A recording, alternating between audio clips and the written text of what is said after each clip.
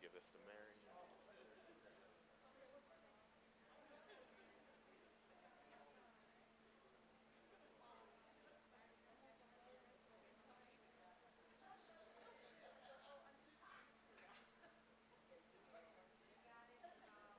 Oh, whoa.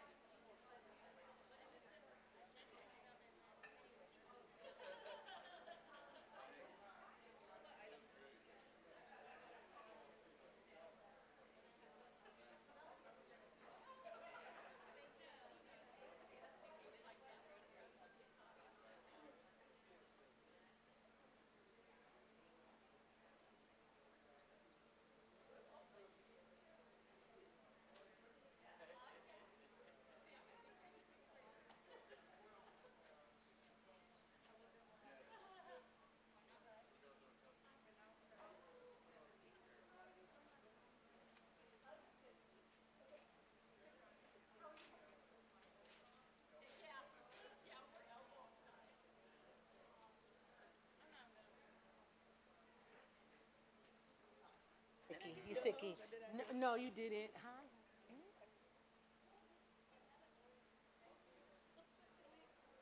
Okay.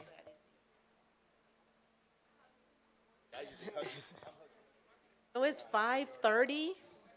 Dr. Hill is still marching around. So it's 5:30, and we are going to call the meeting to order. Everyone here?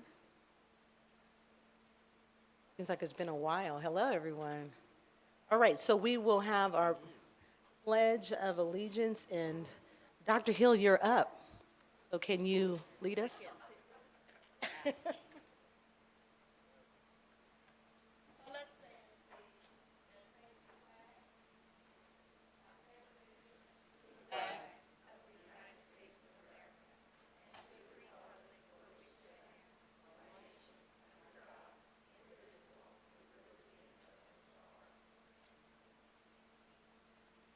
Thank you. All right, we will now move to 1.3, approval of the agenda.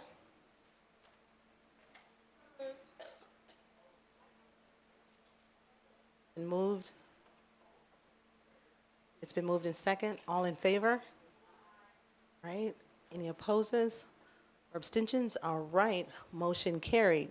We will now go to 1.4, inspirational message by Dr. Scott Wyatt.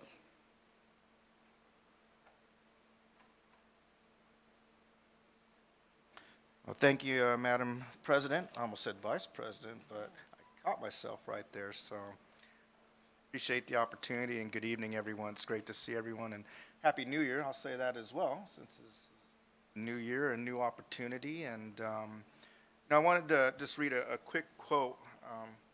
It's on change, and it's also by Dr. Martin Luther King Jr. Since his birthday is this month, and as he shared about on the same day as my birthday, which is always an honor. Um, so it's something that we are experiencing as a district, as we know. It's no secret. So I just want to talk a little bit about that, and then just a little bit about leadership. And big quote, so stick with me. And this is again by Dr. Martin Luther King. It says, "The time is always right to do the right thing. I cannot do great things. I can do small things in a great way. Change does not roll in on the wheels of boy, I got tongue twister. Gosh darn, excuse me. Inevitable. Inevitable? Inevitability, there we go. Ability, okay. I've been sick, so excuse me. But comes through continuous struggle. And, when I think about just us as a city and a district, and even my 4 years on the board, I've seen us have a lot of great successes, but successes do not come without hard work and without challenges and struggles, and we've seen quite a bit of that. But what's gotten us through that is great leadership. When I think about great leadership, obviously I've always said it begins and starts with leadership, and it starts at the top, and at the top is Dr. Marsden and what he exudes in regards to characteristics of leadership. And I just want to talk about a few of those things and what's gotten us through all these changes and struggles we've had. And I start with moral fiber, having a moral foundation. And I know that Dr. Marsden comes with that. And I remember when he was sworn in as our superintendent, and also the prayers and blessings that, came along with that. And I really appreciate that. Obviously, dedication, loyalty, honor, integrity, capacity, and most importantly, love. And, those are all things that I've observed with Dr. Marsden, and not just him, but our executive cabinet and our school board. And I know as a district, when we look at change, and this is going to be great change, sometimes it brings on a thought of uncertainty. But what I do know, and what I'm very certain of, is the leadership that's been established here, the leadership on this board, the direction that we're going, and the hope that we have for our future. So, Dr. Marsden, just want to say thank you to you. I had the opportunity, probably one of the first of many, and I wasn't there when the announcement was made to our leadership group and administration, but boy, I know you had a standing ovation, and I just want you to know I appreciate you. The change that you've brought us through in all the years that you've been here has been phenomenal, and I know that the change that will continue because of the foundation that you've set is going to continue to go in the right direction. Thank you very much, Dr. White. Appreciate that comment. Awesome. Thank you, Dr. White. And we're going to go to item 2.1, which is our resolution in recognition of Reverend Dr. Martin Luther King Jr. And I'm going to ask you, are you okay? Can you go ahead and read the resolution? I think it just goes along with your inspiration. All righty. Well, thank you again, Madam President, and I really do appreciate that. Be it resolved that the Board of Education approves the following resolution. Whereas the Reverend Dr. Martin Luther King Jr. was born January 15th, 1929, and dedicated his life to the pursuit of equality for all, and Dr. King delivered the most famous of his speeches, I Have a Dream, on August 28th, 1963. And whereas Dr. Martin Luther King Jr. paid the ultimate sacrifice when he was assassinated on April 4th, 1968, and to remember the life, work, and dream of Dr. King, a national holiday was first observed on January 20th, 1986. Therefore, it be resolved that the Board of Education of the San Bernardino City Unified School District hereby encourages all the schools of the district to take this opportunity to express their heartfelt appreciation for Reverend Dr. Martin Luther King Jr. and to honor his legacy as a man of determination and dignity. So move. Been moved in second. Any opposed or abstentions? All right, so call for the vote. Did you all say yes? All in favor? Aye. All right. Oh, okay, we're doing something different. So it should pop up.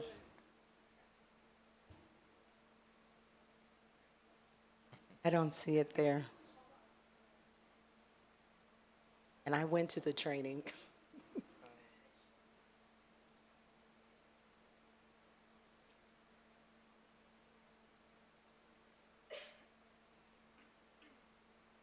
Supposed to pop up.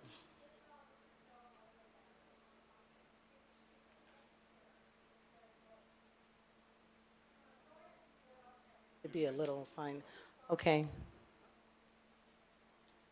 All right, let's, it didn't pop up this time. Okay, ready? Okay, we'll start at the end. You want to do it individually, or you want to all do it together? I say aye. Motion, So okay. have we go aye. Aye. I say aye. Aye. Mike? I said aye. Okay, great. Okay, all right. No opposes or extensions? All right, so moved. We will now go to 3.1, public comments. Dr. Marsden, are there any? No, Madam President, no public comments on closed session topics. No, okay. We will adjourn to closed session, so we will see you all shortly.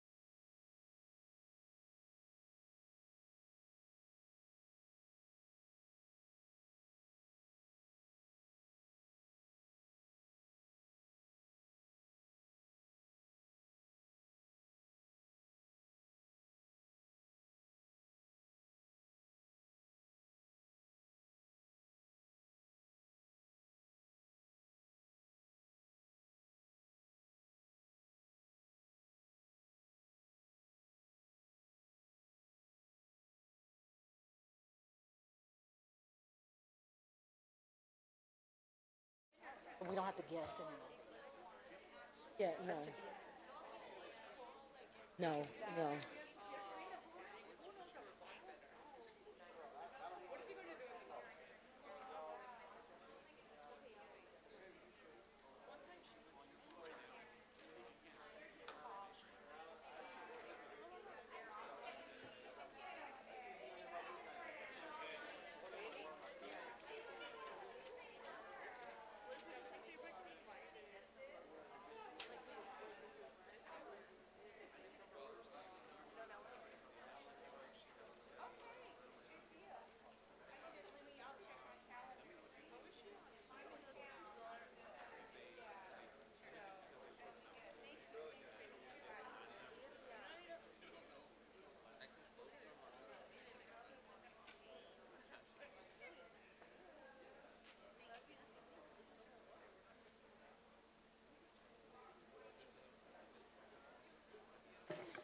All right, great. Thank you all so much for your patience. We have returned, and we are going to continue to move forward on our agenda. We're at item 4.1, HR 19-2010. Be it resolved that the Board of Education accepts and approves the notice of recommendation for disciplinary action and statement of charges to dismiss the following classified employee from his or her employment with the district, HR classified 19-20-10. So moved. All in favor? Aye. Aye. Are there any nay or oppose or abstentions? Okay, go ahead. That's right. It didn't click, but you're gonna, there it is. It's right in the middle of your page. You see it? In my page, it actually logged me out, so hold on. Uh-oh. Oh, I see it. Okay. Please bear with us. We are learning up here.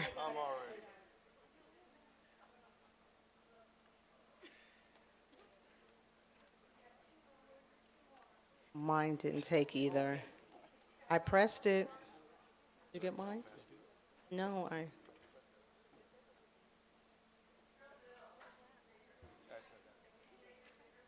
Yes.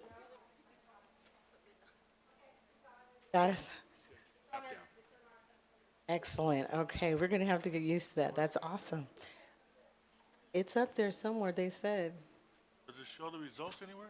For the public, It says motion approved. Never did. Let's see. it doesn't say the votes, like our votes, like for instance, I think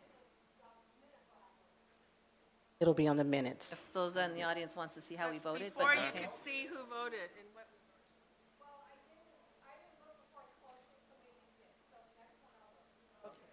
All right, we're going to get this together for you all, trust us. All right, so I am now moving to, doesn't have an item, but our student board member comments, correct?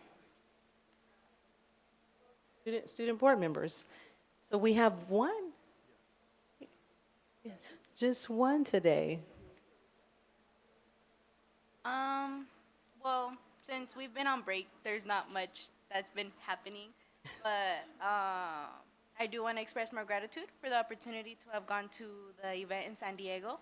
And I was able to learn a lot so that I can further help with this position when we start school again.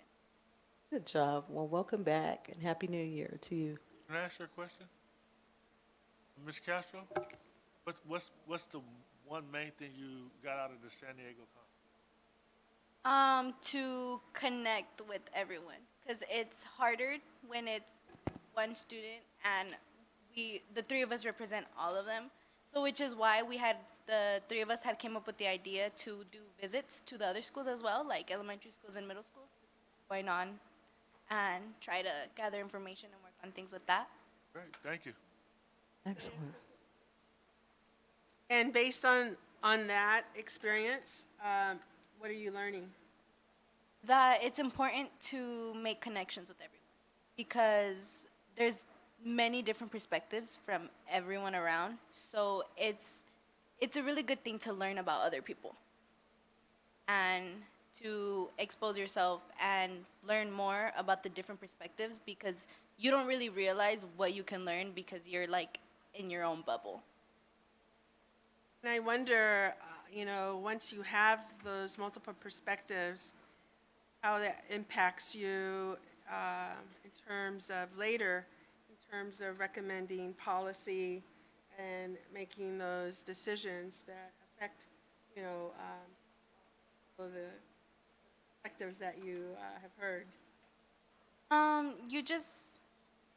It doesn't narrow it down, but you get a better idea of what these decisions can do as a whole because you know the different perspectives. Great, thank you. Thank you. We're now going to move to our public comments. We are in our new revised facility, so our timer is going to be up to the left. Okay. All right. Okay, public comments is a time during the agenda when the Board of Education is prepared to receive comments from members of the public on any matter within the board's jurisdiction. The public may address the board on any relevant matter, including but not limited to specific items on the agenda, policies, regulation, and procedures of the district's comments on programs, services, or operations of the district, fiscal matters of the district, or other matters of concern to the board in its official capacity. This is the only time on the agenda that the public will have an opportunity to address the board on items not on the agenda. Leave your requests in the box provided, and when recognized, step to the podium, give your full name, and limit your comments to no more than 5 minutes. If more than 6 people wish to speak on one topic, only 30 minutes total will be allotted. The board may not have complete information available to answer questions and may refer specific concerns to the superintendent for attention. The board's request that any person wishing to make complaints against district employees file the appropriate complaint form prior to this meeting. Speakers are cautioned that under California law, no person is immune from liability for making intentionally false or defamatory comments regarding any person simply because these comments are made at a public meeting. Dr. Marsden? Thank you, Madam President. The board does welcome our first 3 speakers tonight, and they are students. We'll ask you to organize yourselves as you see fit. We have Guadalupe Dolan, Angel Orozco, Sandy Valdez, and they'd like to speak on the topic of Students for Good Air Quality. So welcome and good evening. Please approach the podium. And you can make your comments to the board. Thank you so much for coming tonight. Good afternoon. My name is Guadalupe. Good evening, Superintendent Marston and members of the board. My name is Guadalupe Dolan. I'm a freshman at Pacific High School, and I'm a student organizer with ICUC. We are here tonight to share with you all an action that we held back in September where board member Medina and board president Rogers attended. And we wanted to thank them for coming out. We're here to give a report back on what happened in our action so that the rest of the school board can be informed. As you know, climate change is a huge issue at the moment, and young people like myself are trying to create a change. We decided to join the millions of young people on September 20th for the global climate strike. We created a petition and gathered signatures from young people across our high schools who care about these issues. This petition reads, "We, as students of SBCUSD who live at the front line of environmental degradation, urge the members of the school board to prioritize the well-being of current and future generations of students. It is crucial for the school board to be educated on the scientific research that shows the dangers of excessive carbon dioxide emissions and how centering the interests of big corporations over the community's health feeds into a cycle of capitalist exploitation of marginalized communities. San Bernardino sits as the county with the worst ozone pollution nationally. The school board must ally themselves with the students they represent and take immediate action to ensure that students are not exposed to indoor or outdoor air that threatens their health while at school. School board members should also ensure we are being prepared for the quality of life we and our families deserve. which goes beyond providing us with temporary warehouse jobs that come at the expense of our physical health. In a day and a half, we gathered 2,500 signatures from students in our district. So we are here to represent all the students who signed the petition. Thank you. Thank you. Thank you very much. Good evening. My name is Sandy Valdez. I'm a senior at Arroyo Valley High School, and I'm a student organizer with ICUC. After our action on the 20th, we decided to continue the momentum we had with our peers, and we decided to join the Fridays for Future movement, going on all over the world. What our Fridays for Future consists of is wearing the shirt I am currently wearing, using Amazon as an example of companies that add to the pollution and aren't necessarily finding a way to fix it. Students design the shirt and we wear it every Friday to school. Approximately 70 students across the district are participating. Our main goal is to educate our other students about this issue and create awareness about how others can get involved and become leaders on campuses. Thank you. Thank you very much.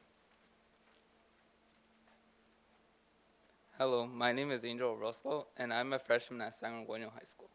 During our action on September 20th, we shared a report of what we learned about how climate change is impacting our communities. One way is through bad air quality here in San Bernardino. We know San Bernardino County has one of the worst ozone pollutions in the nation. In the last month, we have heard multiple people ask us why we're complaining about our air quality if it was worse in the 1980s.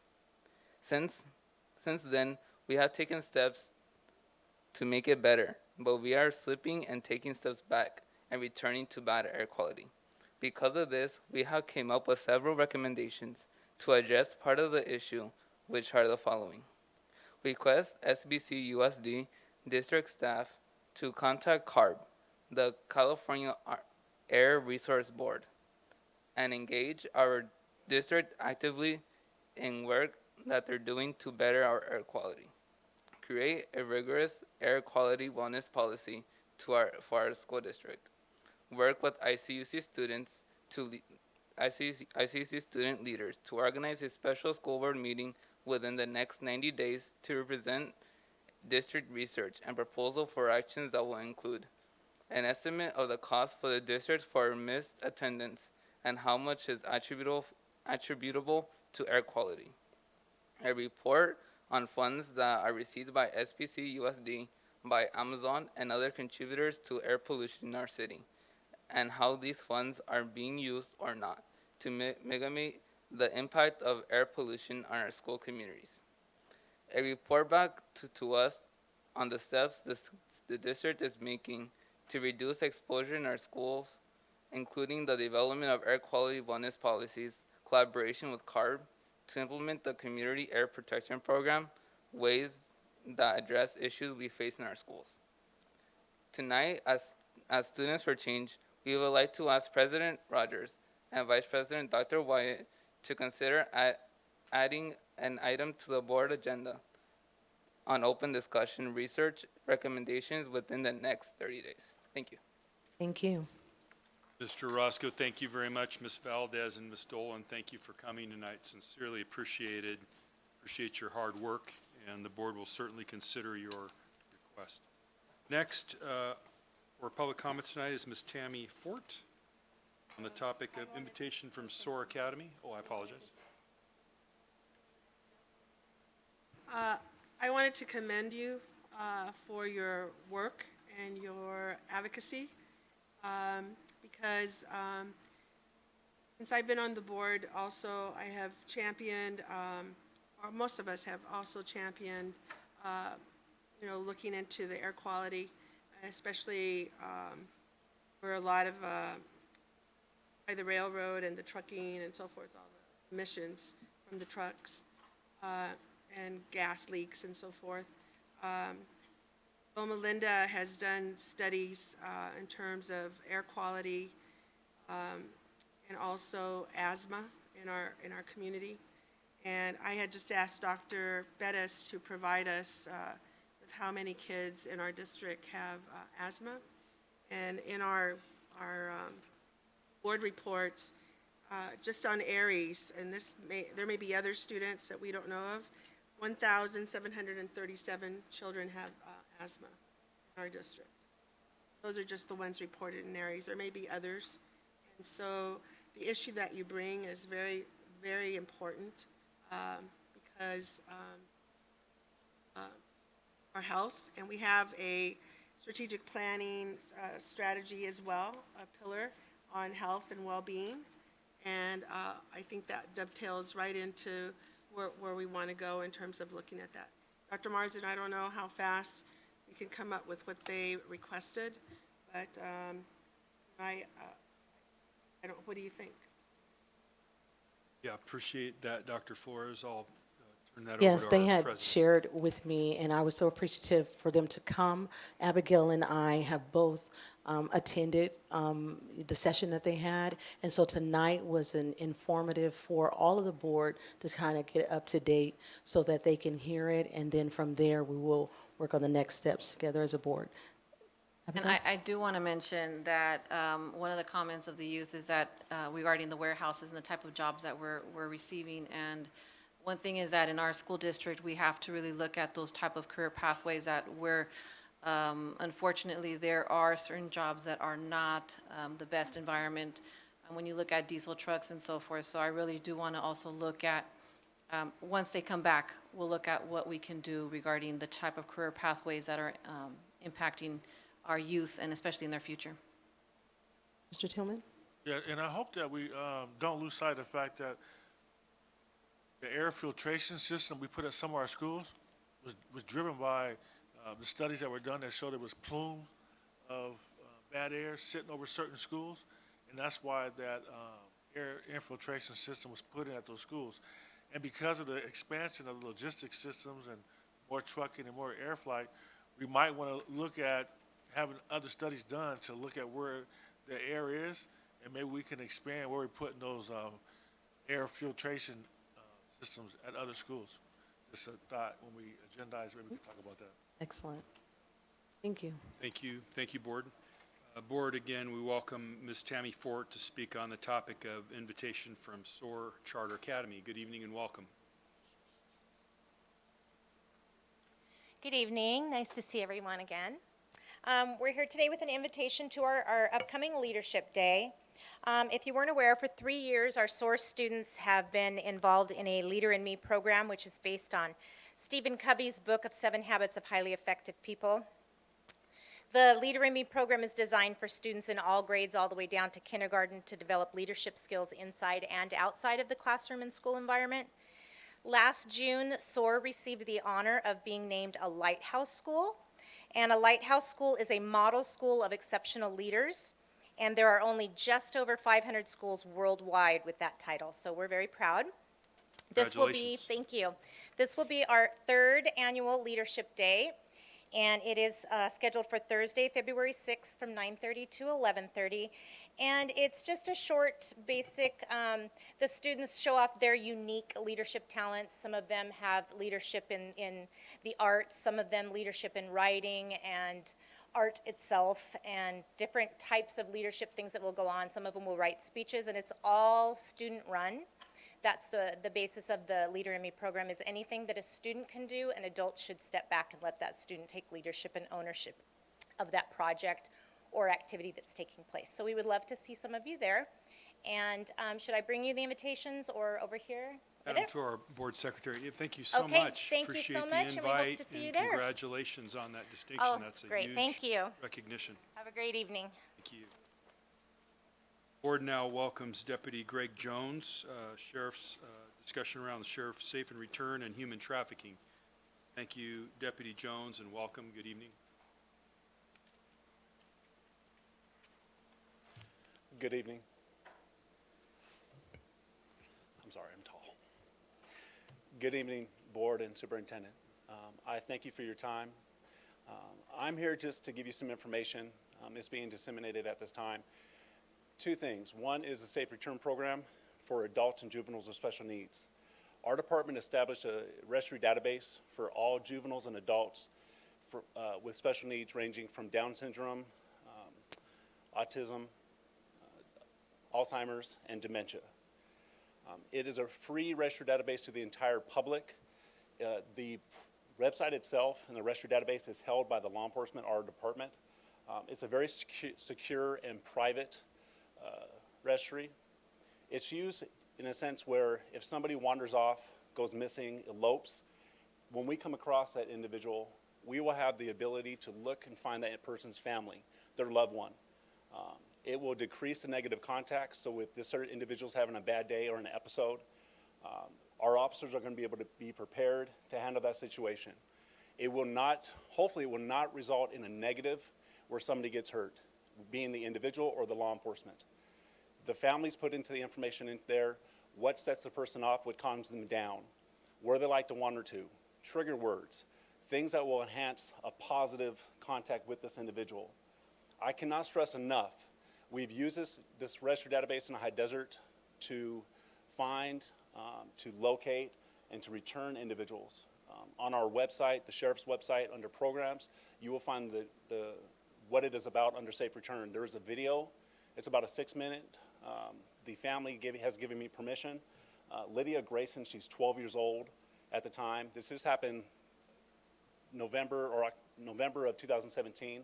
She's 12, severely autistic.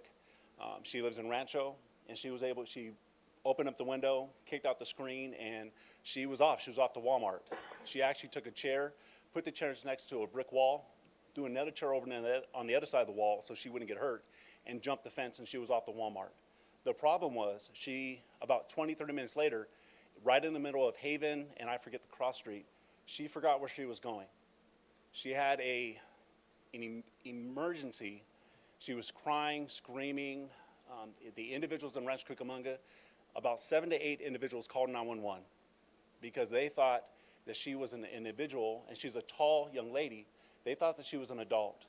They said there's an adult female in the middle of the intersection screaming, and we think she's on drugs, because they did not recognize the special needs of Lydia. The officer showed up, and within an hour, we were able to return her back to her family. When the deputies called her family, they thought that she was upstairs asleep. They put her to bed about 7 o'clock, as per her mom. We came in contact with her about 7:45, 7:50. We were able to get her back to her family by 8:30. I asked her mom, when would you have known? Mom told me, her words, we do bed checks at midnight. Without this program, there's nothing. Lydia is nonverbal. Without this program, we would have spent hours waiting for the mom and dad to report her. Luckily, the residents in Rancho Cucamonga were able to call 911 and recognize she needs help. What I'm trying to get to the board today is our program is utilized in multiple school districts. I've reached out to Chino, Ontario, Rialto, Fontana, hopefully San Marino PD is all going to be on board. It's a free registry database. So for your special education department, for your families, for your children, please learn as much as you can. I encourage you to learn as much. The second thing I really want to talk about is our human trafficking symposium that is coming up. Unfortunately, the symposium on the 23rd in San Bernardino is full, but 25, 30 minutes away in the high desert, it's open. It's open to the public. It's free. We're going to feed everyone.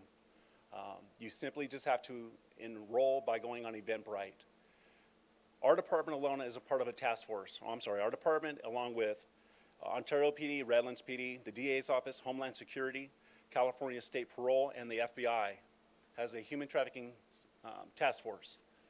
Between May of 2017 and 2019, approximately 89 felony cases were filed. We've had over 40 convictions of sex traffickers. They have been sentenced to 302 years of prison. These are individuals that are not just stealing anything. These are individuals that are highly aggressive, that goes after our children. Time.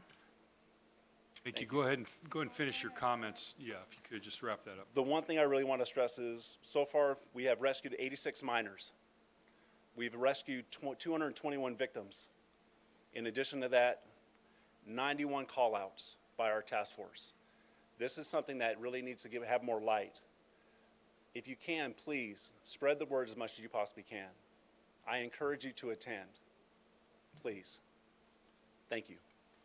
Yes. Thank you very much. Thank you so much for coming and presenting to us. Some of us are already registered, so we will be there in support of the human trafficking event, we know. But we cannot stress them enough, as you said, as those that in the high desert, our partners also need to register as well. So we appreciate you coming and for the safe returns, because that's something that is spreading throughout the county that is very much needed, and as many presentations as you can get out there and do is needed. I know our organization has done it. Stephanie's in the back shaking her head, but this is important. So thank you for coming tonight, because I know you had a busy schedule. I think there's a Dr. Hill and Dr. Flores. Thank you, Deputy Jones. I went online yesterday, and I think I sent you an email. Were you able to get me in? Yes. Yes, ma'am. Thank you. And I also just want to add, on the 25th is the Case Walk, the Coalition yes. Against Sexual Exploitation. It is highly important. Human trafficking affects every single individual, regardless of economics, regardless of race, regardless of gender, regardless of sexual orientation. If you believe that you can be unaffected because your child is a good child, please learn as much as you can. You never want to be awoke by an officer saying, "We just found your daughter or your son." Thank you. Dr. Flores? I wanted to ask you, thank you, Deputy Jones. I just wanted to clarify, in these symposiums, you're going to address how we as school district can also, what we need to do also to facilitate identifying and also preventing, correct, human trafficking, or? Yes. In the symposium in the Valley, we are going to have approximately 6 speakers. It's there's 75 minutes each. In the high desert, we're going to have 3 facilitators for 5 hours, 75 minutes, or for 75 minutes Do you, by each. any chance, also offer these sessions to school districts for our principals, even our police force? Yes, ma'am. All they have to do is reach out to the Sheriff's Public Affairs, and we have facilitators. I'm one of them, that we can do anywhere from an hour to 2 hour to 4 hour presentations, And including also for case. parents? For parents and students. And they're free of charge. And what was the name of, where do we contact them? The Sheriff's Public Affairs? Sheriff's Public Affairs? Yes, ma'am. San Bernardino? Yes, ma'am. Thank you so much Thank you. Thank you. No, for your work. Deputy Jones, I just want to say thank you for coming in. I know we spoke a little bit about this, and wow, it's just seeing this brochure, I was hoping maybe we could get a case of these for the Gangs and Drugs Task Force. Yes. And I'll work with Mr. English as well, so we can start working with the CWAs throughout the county, and get this to as many hands as we can, many special ed directors as we can as well. Please. And I know, Stephanie's back there too, Condon, and I know how important this is to her, and just a phenomenal resource from the Sheriff's Department, just outstanding job, and a thank you to you and the team over there, and definitely for the 86 miners that you guys have helped save. So, appreciate your work. Thank you, sir. Thank you, Deputy Board. Jones, for making the effort to be here. Thank you, sir. Board, those are all our public comments for tonight. Great, thank you. We will now move to item 7.1, our San Bernardino Teachers Association. Is there anyone? No comment? No? All right, 7.2, California School Employees Association. 7.3, Communication Workers of America. Comment? 7.4, San Bernardino School Police Officers Association. No comments? All right. Then we will now have our 8.1 Key Performance Indicator, 3rd grade reading, 8th and 9th grade math from our Ed Services team. Thank you, Madam President. And tonight, Board, you have, as generally you do, this board, one of your strengths is looking at student achievement, key performance indicators, And tonight, you're going to take a look at our third grade reading and eighth and ninth grade math. So the team will present to you our current performance and our plan to continue to increase outcomes for students. So with that, I'll turn it over to Dr. Mitchell, who will tee up his team. Thank you, Dr. Marsden. Board, tonight's presentation is focused on two of the board's key performance indicators, third grade reading and eighth and ninth grade mathematics success. We want to start by thanking the board for pushing this cabinet and staff to provide a regular report to the board on these key performance indicators. Third grade reading and early numeracy is one of the highest predictors of student success in school, and so monitoring this metric is important in gauging the health of our district and instructional systems. Tonight you will hear how our third grade students are doing in reading. Next year we will expand this report to include math after we've implemented an early numeracy assessment. Secondly, the board will review achievement data related to eighth and ninth grade math success, a grade and subject area that has long been considered a gatekeeper to college and career access and opportunity. And so tonight you will see the use of both formative and summative indicators. For third grade reading, we have included data on our DRA results, which is an early literacy formative indicator, alongside the 2019 CASP data. For eighth grade and ninth grade math, you will see formative indicators in the form of course grades and summative indicators for eighth grade in the form of the CASP mathematics test. As you know, ninth graders are not, we don't administer the CAPS to ninth graders. Before beginning, on behalf of Dr. Marsden and Cabinet, we want to thank the board for your leadership and direction in requesting this report. This report embodies the following board requests and directions. Number one, you asked us that we incorporate formative data alongside our summative data so that the board has a clear indication of the progress of our students, and so we appreciate that. You'll see that in the report tonight. Number two, you see a deep analysis and monitoring of eighth and ninth grade course grades, which are so important to increase students' access to college and career, so the board has really pushed on that, particularly Ms. Rogers. Also, monitoring of course grades has prompted us to contract with the nation's leading expert in this area, Dr. Douglas Rees, and he has helped our district rethink our approach to grading practices, which we think has had an appreciative effect on our achievement in this area.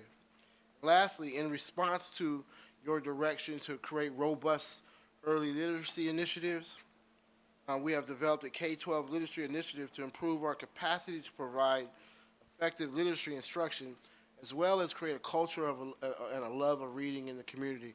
So we appreciate the board's leadership in that area through Renaissance, as well as Footsteps to Brilliance that was forwarded by our board. And so with that, I'll be turning it over to our expert staff, all of whom have been instrumental in this work. We'll have Anna Applegate, Director of Multilingual Programs. Please note that we've changed the name from EL Department, EL Programs, to Multilingual Programs. We'll have Tasha Dwyzen, Director of Elementary Instruction, Judah Venkatesan, Director of Secondary Instruction. We'd also like to thank Barbara Richardson, who's Director of Accountability and Educational Technology, and her staff for providing the data. And the last voice you'll hear tonight is from one of our principals, Brianna York, who will be talking about the success that she's leading at Davidson Elementary. And so with that, I'll turn it over to the team. And before you all start, I'm just going to ask the board, it looks like it is in like a three-part kind of harmony. So there's a third grade process that we'll go through, and then the eighth grade. And so I will stop at those intervals and see if there's any questions while we're in those sections, if that's okay with you all. Okay, great.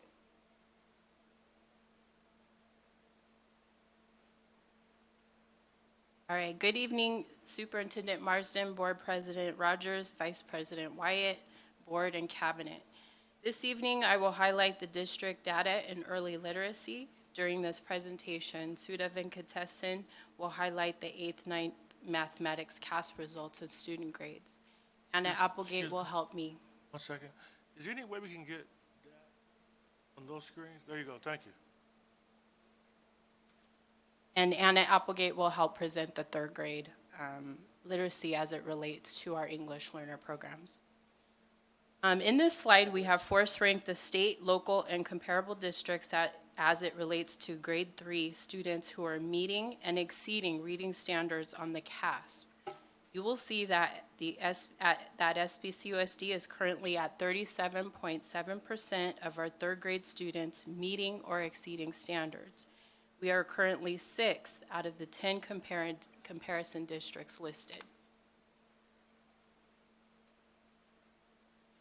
This next slide shows the percent of grade 3 students meeting or exceeding standards on the CASP ELA by race and ethnicity. The asterisk represents students that contain fewer than 11 students that reported as testing. So you'll notice that there have been no gains or drops over the last year for significant groups. This next slide highlights the percent of students who took the grade 3 CASP and are meeting and exceeding by program. You'll notice that foster youth shows some increase. At this time, I'd like to ask our Director of Multilingual Programs, Anna Applegate, to specifically address the drop in our RFEP groups. So I wanted to go ahead and point out, as you know, we've had great success with our RFEPs and CASP over the years. But one thing that maybe you may not be aware of is this last year was the highest percentage of special education students that we did reclassify, as they hadn't been reclassified in the past. So, and that's something that we're proud of, because we reclassified them because those students don't have language issues or language barriers. Their disabilities are really what is keeping them from achieving at higher levels. So it is appropriate to reclassify them. But having said that, we also need to realize that out of the 2,702 students that were reclassified, 382 of them were special ed. So that's going to have a little bit of an effect of your, on your scores. Approximately 15% were special ed students. And so when we disaggregated the data, we looked at that being the cause for a drop that we had with our RFEP students. But again, that's the right thing to do. And so we are taking that, but we wanted to explain to you to let you know that that's reflected in this data.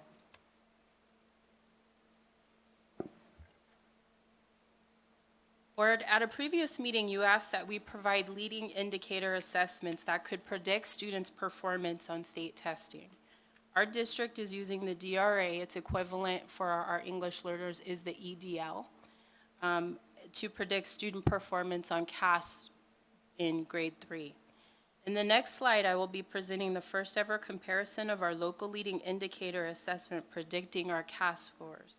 But before we look at the comparison, I'd like to give you more information about this assessment. So the DRA, or the Developmental Reading Assessment, is an individually administered test. It measures a child's capabilities in reading. It's a tool to be used by instructors to identify a student's reading level, accuracy, fluency, and comprehension. SBCUSD administers the DRA as a diagnostic test in the fall for all grade 3 students. Teachers can re-administer the assessment throughout the year to monitor student progress. This is as they move through various levels of the DRA. The grade level targets on the DRA developmentally progress throughout the year. It is a balanced literacy approach between reading behaviors and comprehension. There is alignment of DRA with the end-of-year CASP ELA scores. Expectation for an increase in the 2020 grade 3 CASP meeting and succeeding is expected based on our DRA scores at this time. This next slide shows our current percentages of students who are at or above grade level on the DRA by race and ethnicity. Currently, 49.5% of our third grade students are at or above grade level. This is a 4.4% increase over the previous year. Particularly, our African American students show a 15.5% increase over the previous year. We believe that these DRA results predicts a potential increase for our 2020 grade 3 CASP scores. We attribute these gains to strong, systematic professional development, which we partner with CORE, in early literacy and targeted goals for our African American student group as defined by our improvement plan for African American students. This next slide shows the DRA for students who are at or above grade level on the DRA by student program group. Each program group is showing gains over the previous year. Specifically, students with disabilities showed a 5.6% growth. Foster group 4.5 and our socioeconomic showed a 4.4% increase. This next slide is the developmental reading assessment as our early indicator of literacy growth. So again, I want to highlight that this is the first time that we are providing a comparison between our DRA assessment and their predictive power over the CASP results. Any gain in the DRA has a potential to show gain on the CASP scores for third grade. We have seen promising increases in the 2019 fall administration of the DRA for the district overall and the African American student group. We believe that these increases are early indicators for an increase in our CASP scores for reading proficiency at grade 3 for these student groups. Together with multilingual programs, we are working to use the information from the DRA to improve learning opportunities in reading for our English learner-only students. As part of our early literacy focus, Educational Services has worked to establish consistency in administration and the use of the DRA to inform our reading instructional practices. So, okay, I'm going to start at the end and then work our way down. So if, Yes, really quickly, regarding the DRA, I just want to understand a little bit more what you mean by that. So it was said here that there's an alignment of the DRA with the end of the year CASP, ELA scores, but that's not, so that's through our school district. We're trying to see if we're meeting, is that what, I'm just trying to clarify what that really means. So it means that it's a predictor. So it's not that it's like an end-all be-all or for sure or definite, that it's a leading indicator into how students will do on that on the state assessment at the end of the year. Okay. And then when you look at the last, well, that particular slide of 10, page 10, you see a large dip. Are you going to explain later on, imagine, what you're going to do differently in order to make sure that we're addressing this dip? Yes, we do have next steps in the third part of our presentation. Okay. Thank you for the presentation. You know, Board, that my expertise is literacy and biliteracy, and I'm a strong advocate of using the DRA, and I want to commend you for doing that. And you can show that it is improving, and it helps teachers to know exactly where the kids are, and parents, and also be able to organize the teaching to the potential so that our kids move forward.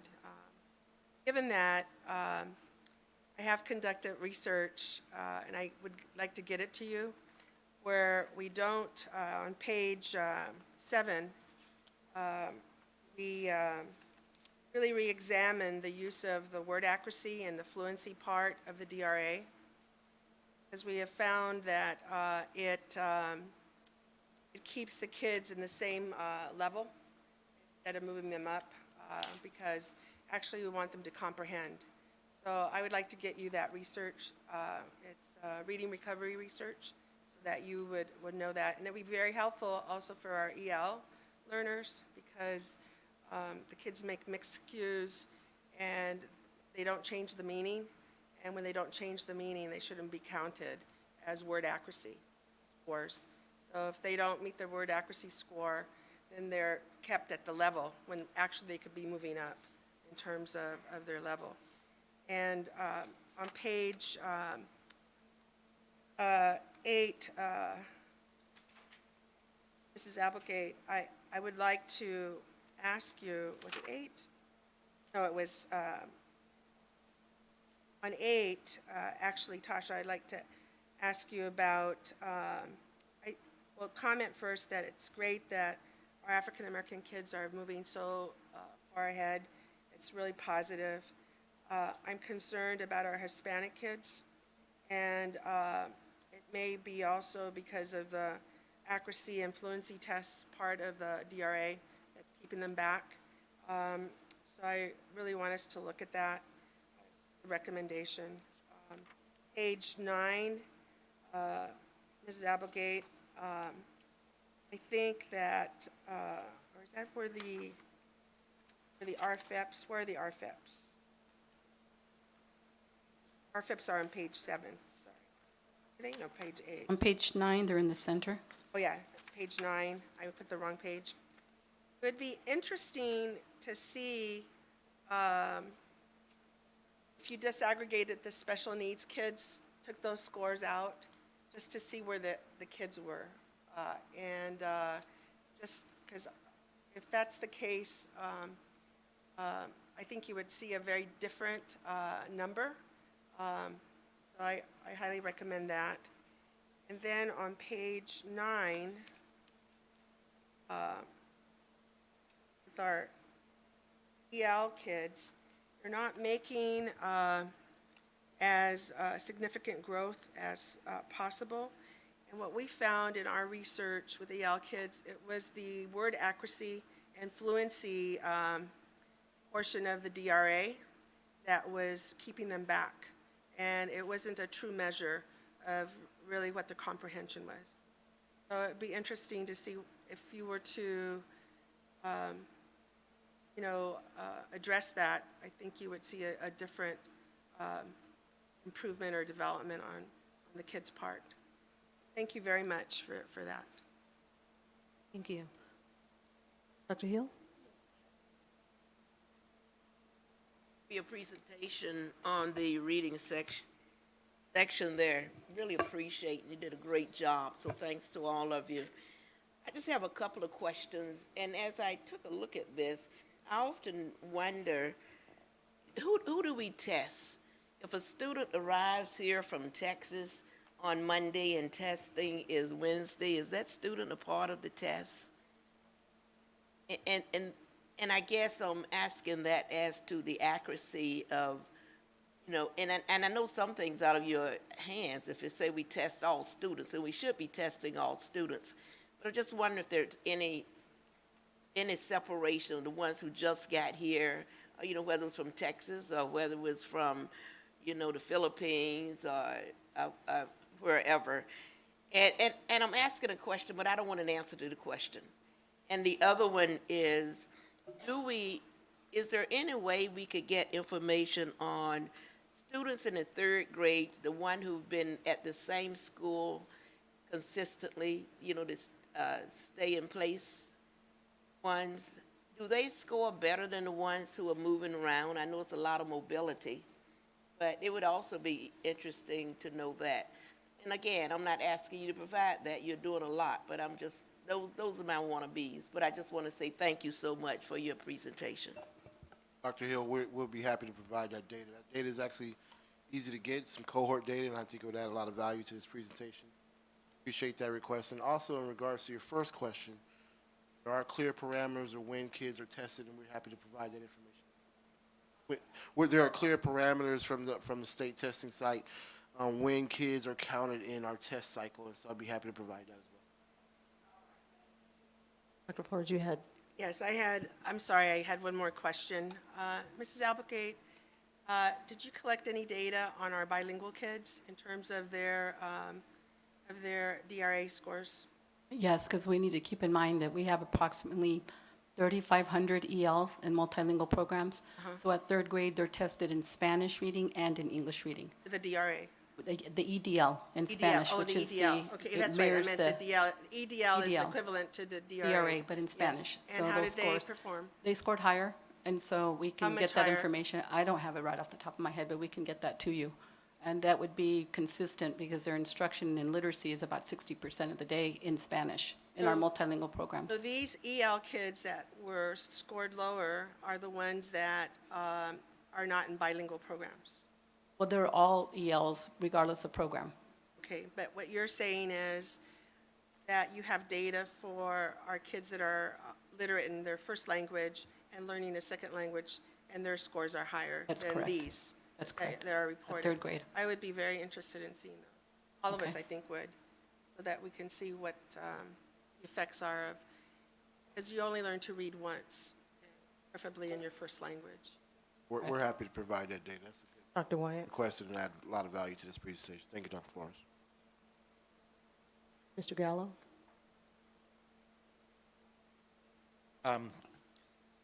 Yeah, I'm looking at this reclassified rate performance, and it's amazing.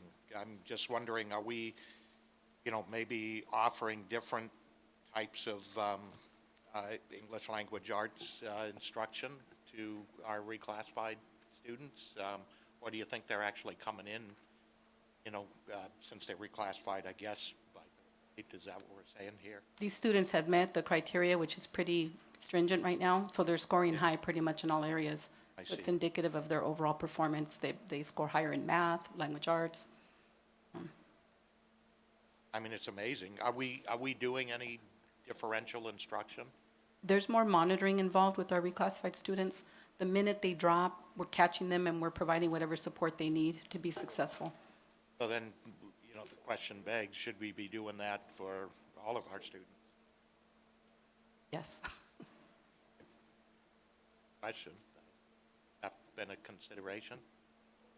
Yes, so Mr. Gallo, we agree that there are some scalable activities and services and supports that we're doing for EL students. We were looking at those, replicating those for foster, homeless, African American, special education. Well, regardless, it looks like they're outperforming by twice of any other category, including the Absolutely. average. And we see that data going through across the board. The board has reflected upon that each time you see it. And so we're aware of that. And to Ms. Applegate's point, the strong progress monitoring, the case management strategies that we use with particular targeted students are working. And so one of the things that ETSA is looking at, one of the things that special ed, foster, we're trying to replicate some of the case management and progress monitoring that our other departments are doing. So that's on our list, and that's what we're doing.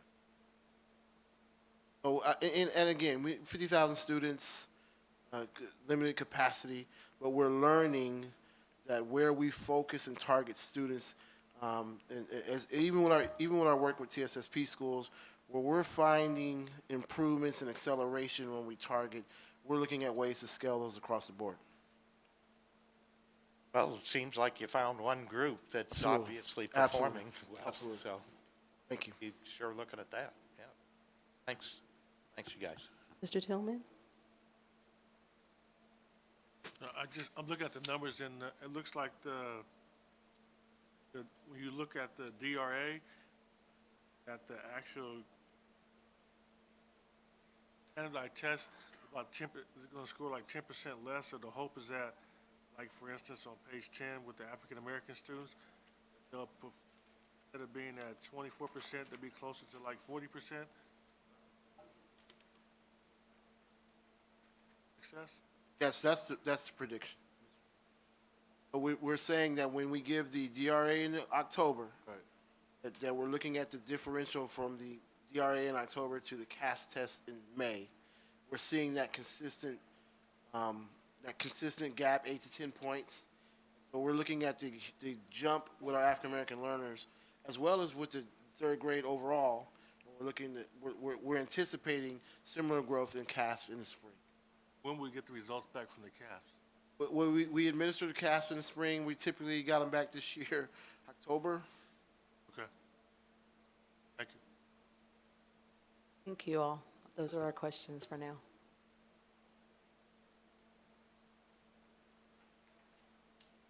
Good evening, Superintendent Marston, Board President, Ms. Rogers, Vice President Wyatt, Board and Cabinet.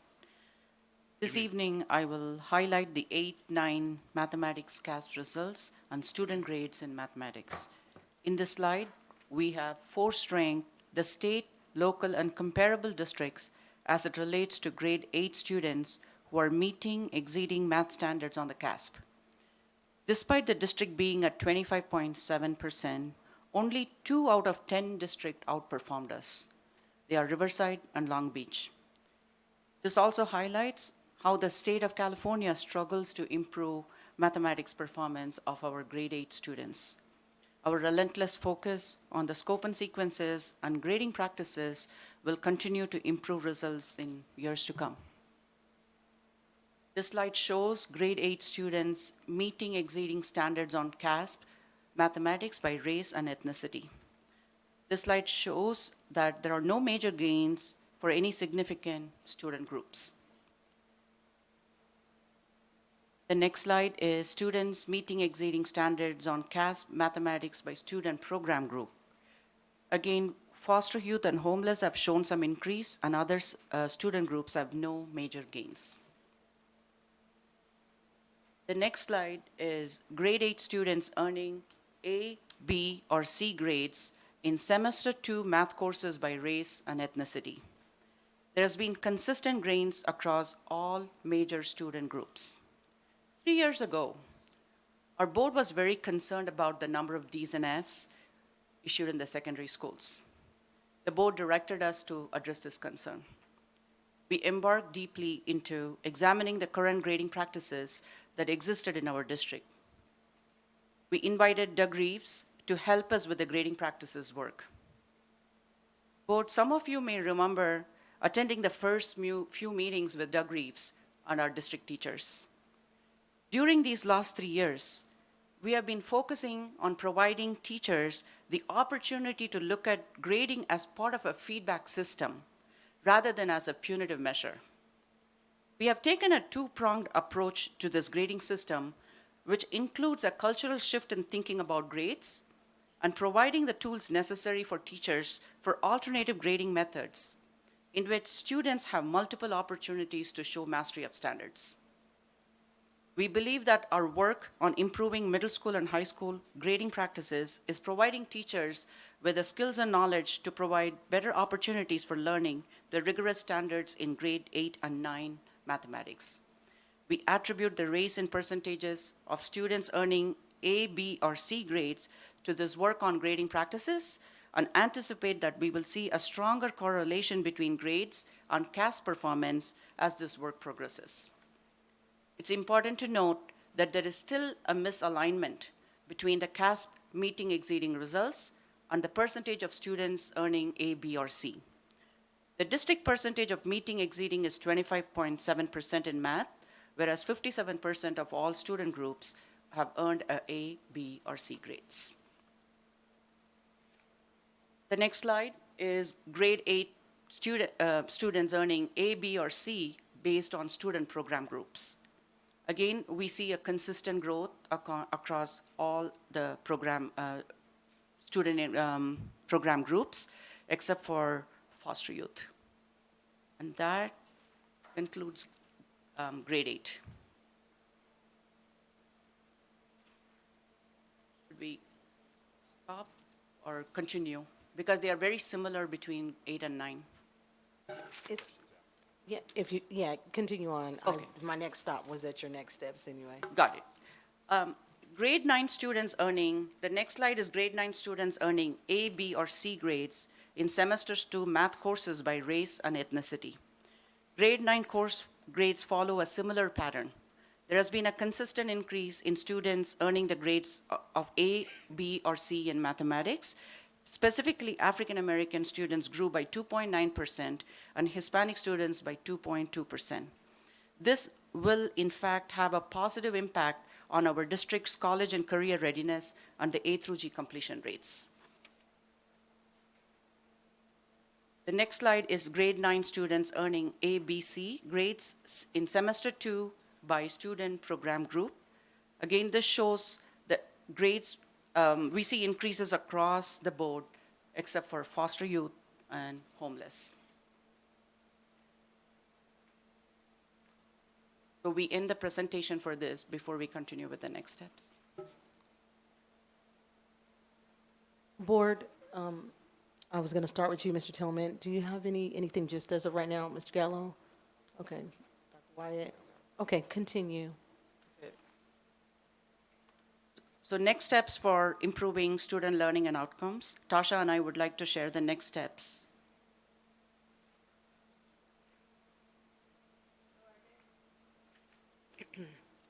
So our next steps in early literacy are to continue to require consistent adherence to the district scope and sequence, continue culturally relevant professional development through intensive 5-day modules in collaboration with Consortium on Reaching Excellence in Education, or CORE, our multilingual department, and targeted and equity student achievement strategies taught in teacher professional development, and provide teacher feedback.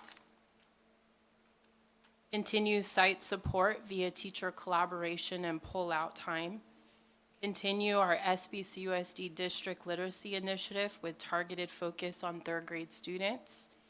And continue to provide supports using resources to build that home and school connection with resources such as Footsteps to Brilliance and Renaissance Mayan. With respect to grade 8 and 9 mathematics next steps, we continue to require strict adherence to the scope and sequence. We use the CASP, continue to use the CASP-aligned intervention materials for at-risk students within regular courses. Continue to provide administrative modules specifically targeting vice principals for supervision and teacher feedback in mathematics. Facilitate professional development for teachers, specifically on differentiation and culturally relevant instructional practices in collaboration with ETSA, Multilingual Department, and UCLA Curtis Center. Specifically, the project that we are working on is to support strategies for the African American students is called Project Soul, and it's titled Get Your A's Up. And continue to integrate an integrated coaching model for mathematics using evidence-based practices that target English learner and African American students. Lastly, continue site support via teacher collaboration and department pull-out time. Continue. At this time, I would like to invite Brianna York, principal of Davidson Elementary, who would share with us the gains her school made and the good work that is happening at her school. Good evening, President I'm sure there's gonna be Rogers, some good Vice stuff. President Wyatt, Dr. Marsden, Board, and Cabinet members. My name is Brianna York, and I'm the principal at Davidson Elementary School. On behalf of our staff, students, and community, thank you for allowing the time to share some of our successes over the past 24 months and the outcomes of our leading indicators that show that we are on the right track. I am very proud of the team of educators at Davidson. Their hard work and dedication to building a cohesive staff and student learning systems is top-notch. As you can see on PowerPoint slide number 25, I am proud to report that Davidson Elementary third grade students are making steady gains towards all students scoring at or above grade level in the area of reading. School-wide, our third graders have gained nearly 34 percentage points in the past 2 academic school years. Likewise, our African American student group has gained 49 percentage points, and our English learner student group nearly 37 percentage points gained. With the gains we see in Davidson's DRA scores, coupled with other site-based leading indicators, we expect third grade reading proficiency levels to increase when students test CASP in the spring. We certainly celebrate these successes year after year, but we also know that our work is not done. Davidson staff can attribute these gains to an overhaul in data management systems and effective adult learning. In order to share how we arrived at the outcomes we see today, it is important to note that this was years in the making. Upon arriving at Davidson during the 2017-2018 school year, the leadership team and I worked very closely to look at current and past data for both students and adults, so that we know how to proceed with Davidson's instructional plan for both students and adults on campus. Together, we diagnosed problems of practice. We recognized that there was a significant achievement gap among our African American student population in the area of reading.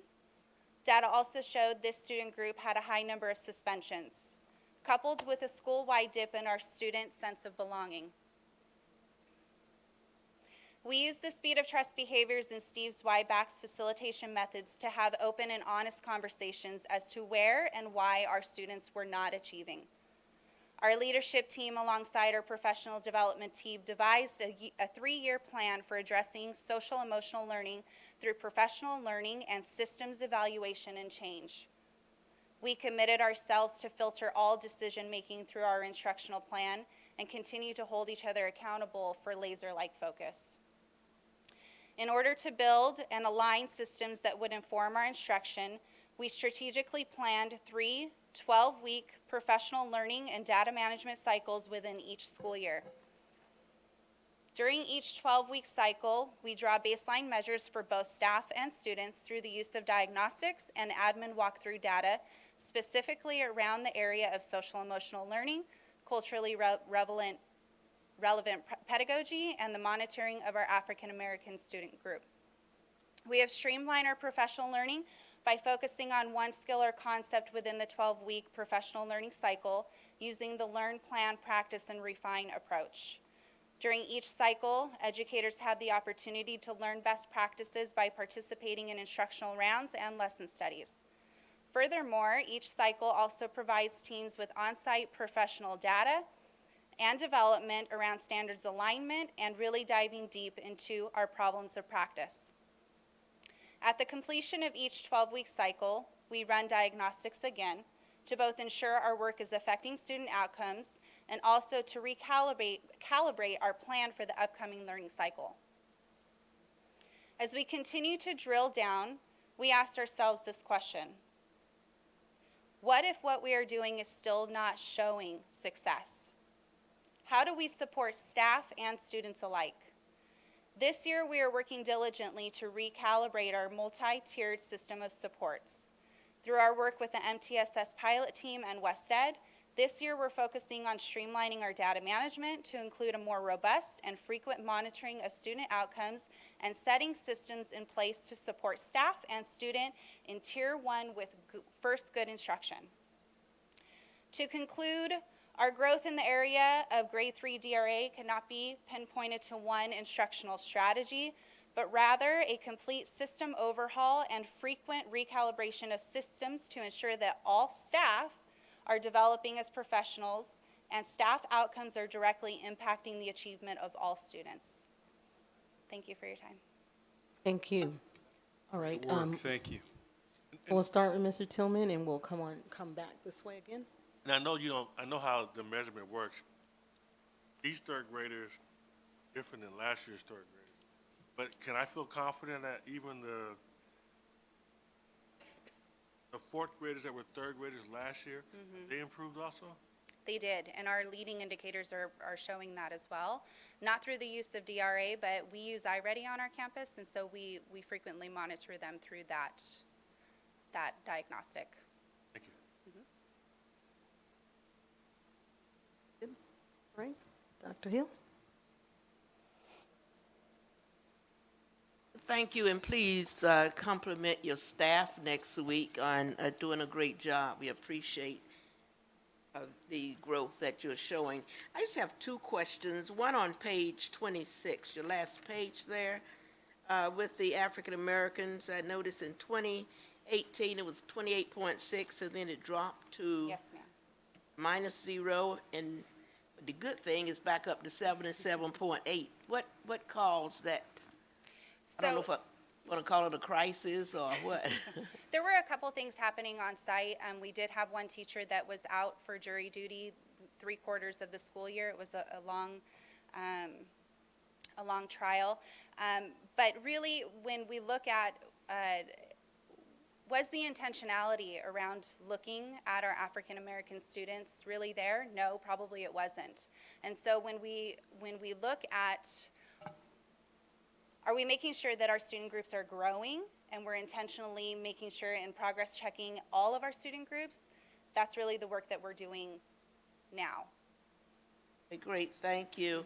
And my other question is for the team. On page 16 with foster youth, we noticed that there was a lot of growth with foster youth over a period of time. And I think last year the graduation rate was significantly high that we're really proud of. But I'm also aware that there was a tutorial service provided to foster youth. And I'm also aware that those funds are no longer there for them. And when that happens, is there an area of funds or money someplace? I'm assuming a lot of this was certainly contributed to the tutoring that they were getting from Valdez Tutorial Services. And I know they were working with all the foster youth, and all the principals I talked to was just really pleased with them. We even, I think Dr. Wyatt, Ms. Rogers and I attended an event for the parents and those foster youth, and they were just so glad to be a part of that. And the parents just had wonderful things about the services the students were getting. But I understand the foster youth funds, are no longer there. So if you could just kind of take a look, and maybe we can pull a penny or a dime from perhaps textbooks, and that's kind of put those services back. If that's the case, I might be giving them credit for something they're not responsible for, but for some reason I got a feeling that they're the reasons that those foster youth did so good. Yeah, you're absolutely right, because foster youth have shown consistent gains, and grades are the work of over a period of time. So with enough supports, the students can actually get their grades up to A's, B's, and C's. I'll definitely work with Angela Urquidez and see what, these are 45 students listed here, and see what is the reason for the drop for this specific student group. We appreciate that. Thank you so much. Dr. Flores? Yes, Principal York, thank you for your presentation. These are the models that we want to implement everywhere, and like Dr. Hill said, just please thank your staff and also your leadership as well. When we focus in on and target our kids and improve our knowledge and through professional development and continually looking at the data, that's how we'll move forward. So thank you for all your work, and because it's quite an impressive model for all of our schools, I think, to implement. So thank you. I have a couple of questions for the team, page 13 and 14. Looks like we've invested a lot of money, but we haven't seen very much growth, especially with our African American students. In 2016, 17, they were at 20%, and at 2019, they're at 14.5. Look at the Hispanic, and they've also gone down from 25.9 to 25.6. So it's a rhetorical question. We're investing so much money, so why haven't our scores gone up? That's a rhetorical question. I really want us to look at that because, I mean, I don't know how many thousands of dollars. There's something that's system-wide that we're not addressing in terms of mathematics, doing it in literacy. So what's the, what are the issues related to mathematics? Then also, I've done a lot of work in grading and so forth, and it appears that on page where we see the grades improving, ninth grade mathematics doesn't correspond to the test data. Are we experiencing grade inflation? Are teachers calibrating their grading with the test scores? I mean, we have to really begin to look at that. And I'm really concerned too with the 8th grade math because, 8th grade is indicative of how the kids are going to do in 9th grade. And so they're very low scores. So I'm just raising it rhetorically for all of us. I mean, we have to really dig deep. Why is that happening? Ask the kids. We need to ask.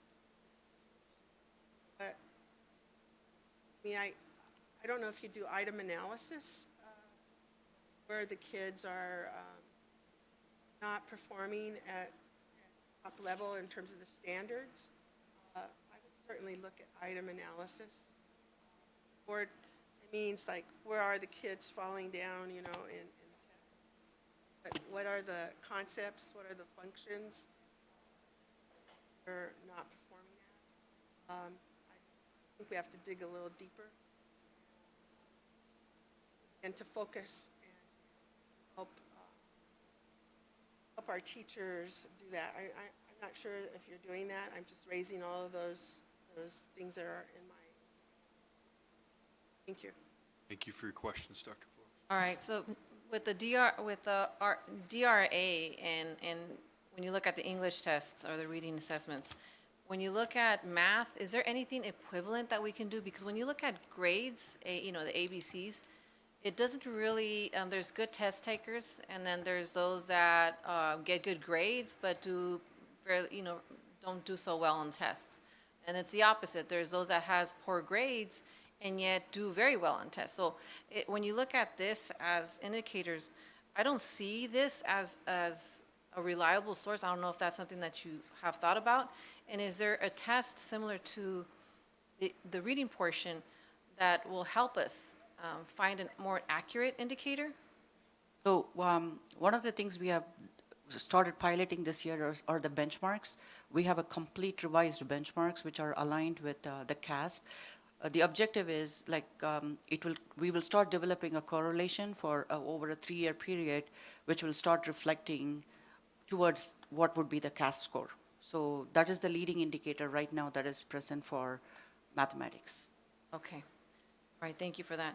And then also when you look at the local comparisons with districts for both the ELA and the mathematics, I don't see Fontana on there, and typically we've used Fontana in just seeing where they're at. Is there a reason why they're not on here? And if you do have that information, We're if happy their to scores are like, where? Yeah, we're happy to provide that. We can add that in. And you're right, we usually do include Fontana. But is there a reason why it's not included in this? Variety of reasons, I'm not sure, but we have it at our hand. Because we've seen how where they were at in previous sectors, and so I'm curious to see where they're at with ours. I'll provide that information in a BC. All right, great, thank you. And then also with page 26, following up on what Dr. Hill mentioned, is that 2019, and this is something that we've seen with other school sites. We've seen that at Pacific, we've seen that at other school sites. I'm wondering, how long have you been at the school site? 3 school years now. 3 school years, okay. Because we've seen that with sites that had the principals that are fairly new to that. Yes, and so this is not something new that we've seen, and actually the dip is so similar, you could probably, I'm wondering if you overlap it, that they're going to be exact, close to exact numbers. So I'm wondering, what could we support so for other school sites, what do you recommend that when we have a transition of a new principal on the school site, that this trend doesn't continue to those principals that are coming into the new school sites? And maybe you can provide some suggestions, or even with the school district, so we can better prepare our principals, because apparently it doesn't seem like we were fully helping you or the other principals that had similar situations. And we want to look at how we can prevent that from happening again. Okay, thank you. Thank you for your question. All right, I believe Mr. Gallo and then Dr. White had one more thing. Yes, thank you. My previous comment on the reclassified students' performance on EL, or the early assessment, which of these early literacy next steps would address the things you mentioned, Keenan, about things that we might do to actually incorporate whatever we're doing differently for our reclassified student population to see those kinds of growths? Thank you for that question, Mr. Gallo. So that specifically is not reflected in our next steps here. What we do in Cabinet is we have kind of an interdisciplinary planning team led by Dr. Menares, and we're looking at scaling different things, one of which we're finding huge success with foster and homeless youth. We've talked directly about learning from those activities. So what we do in Cabinet, looking at superintendent's evaluation, starting from there, looking at the trends that we're having. So what we've committed to in Cabinet is to create opportunities for our directors from inner divisions to meet and find mutually beneficial activities, including scaling up some of the practices that we're doing. Are you going to identify then an additional next step that might incorporate some of that? Let me kick that to Dr. Menares. Mr. Gallo, so in the first board meeting in February, the board will get an update on the work going on with MTSS, multi-tiered system of supports. We heard Davidson is using the process that we've been piloting last year. Davidson's one of our pilot schools, and that is directly about how do you use data to monitor what the student during Tier 1, so during that first instruction, and then what are you doing about it right away so that children aren't falling through the cracks. And so you'll hear an update on what's going on with MTSS, and I think that board meeting might be February. It's the first board meeting. Okay, but I'm still seeing like just significant improvements in performance from all of our reclassified, not by various sites. Ms. and Applegate things may be like able to that. add some more Thinking. insight as well. And I think one thing to point out that's really important to highlight is that these students are really showing mastery in 2 languages. So there's a lot of research out there showing that the brain is more pliable, that students learn better, that their capacity to retain Davidson? information is greater. Davidson? At No, Davidson? just, he's asking about RFIPs in general. So, and as you know, Dr. Flores, there's a lot of research out there that says that students who are mastering 2 languages, because our RFIP students are pretty much at mastery or proficient in 2 languages, that has a lot to do with their performance as well. In English language arts, because it In didn't math- in seem math to as be, well. well, I don't know, I noticed the numbers in math, they didn't seem Yeah. They've particularly. traditionally been higher, and they're still, any for better. RFIPs, are a little bit higher than our overall district averages. So that's another reason why increasing our multilingual programs, we want to expose all of our students to that. So we have English-only students that are now in multilingual programs as well. Mr. Tillman? I'm assuming that Davidson is a TSS preschool? We are now in our second year of not being a TSSP school. Thank you. Dr. Flores? I wanted to just comment on the fact that what you're doing is exactly what we do, what Anna Applegate's for RFIPS. For 4 years, we have a system where we monitor the kids so they don't fall through the cracks. And so, could you comment on that, Ms. Applegate? Yes, the ALFs at the sites are in charge of receiving the monitoring forms from us, and they have to go through grades, they go through testing, and it's a pretty comprehensive overview of how the kids are doing. And if they're not doing well, then they have to immediately come up with some form of a support plan or an intervention plan at that time, so that we're sure that we're giving the support needed in whichever area it is that they've fallen. And this goes on for 4 years, correct? It is now mandated for 4 years, that's And how long correct. have we been doing this? The 4 years is now 2 years implemented, but before that, we were mandated to progress monitor for 2 years.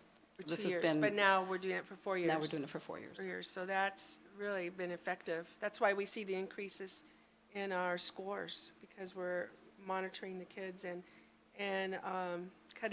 actually catching them, right? Catching Yes, them there where, are intervention plans that are put into place together with the teacher, the team. It's part of the MTSS in process both as well. ELA and math? Yes. Okay, thank you. That's good. All right, well, thank you so much for a great presentation. Thank you, Dr. Mitchell, and all of you. My only comment, again, is we're going in the right direction. I think that's great, as long as we're not going backwards. We're talking about A's, B's, and C's now, instead of the D's and F focus, which means that they're going away, and so I probably won't have to keep saying it all the time. But we do appreciate it, and as I looked at the presentation, the word that stuck out to me was consistency. And so when we get the consistency going throughout the entire district, then we're all going in the right direction. So thank you all so much for your presentation. Great work, team. Good job.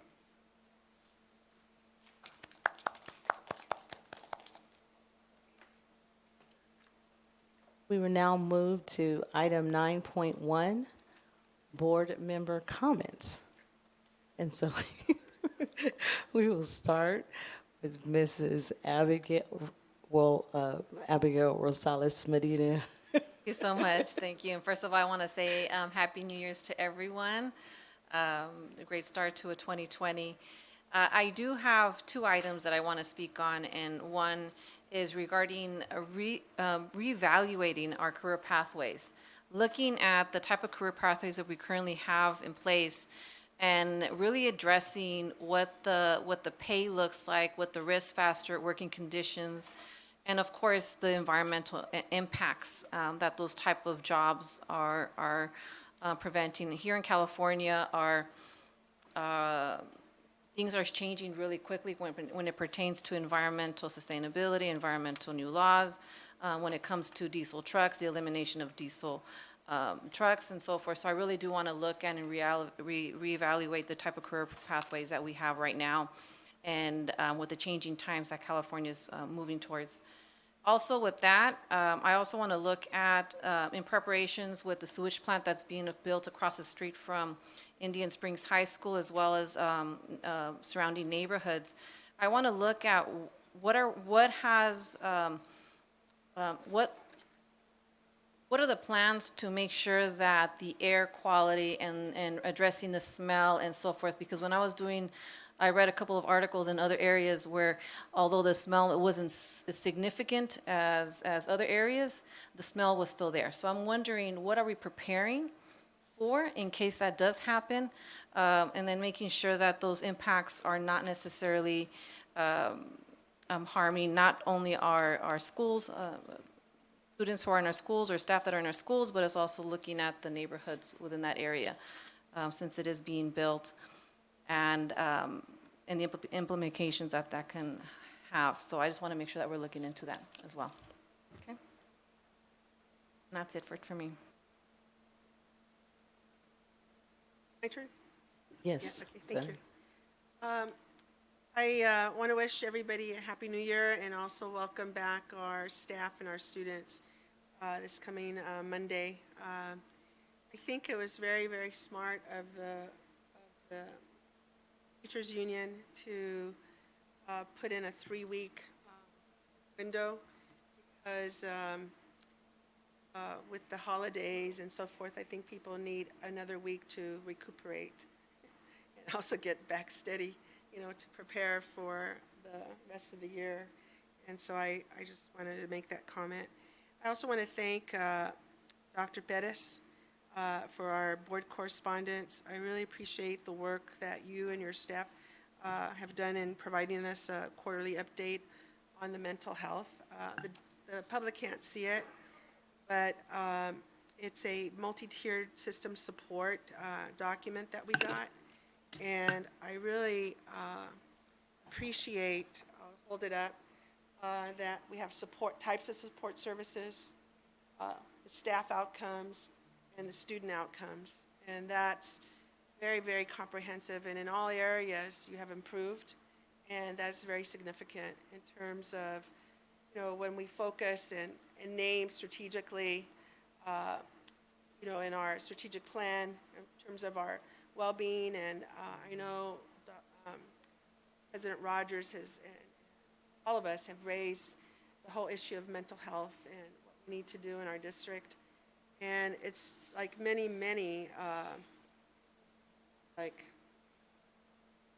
just going to name them: community engagement plan, our health and wellness safety, our mental health first aid training, our LGBTQ supports, our suicide prevention trainings, our social emotional learning, our wellness pilot schools, our learning communities for school program success, our school implementation of Tier 2 positive behavior interventions and supports of restorative justice interventions through a trauma, social emotional learning development, wellness pilot site, Tier 2 teams, mental health collaborative, wellness pilot sites, mental health therapy, and district crisis intervention theme.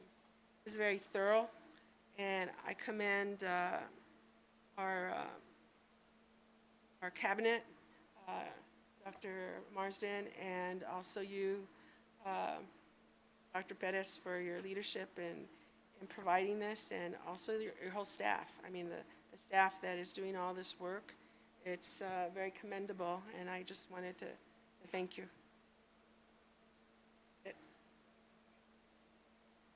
Dr. Hill. Thank you, Madam President. I also want to say Happy New Year to all.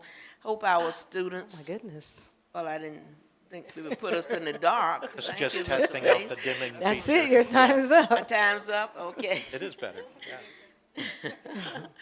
But I do want to say Happy New Year. Hope all of you got plenty of rest. You worked hard and you deserved it.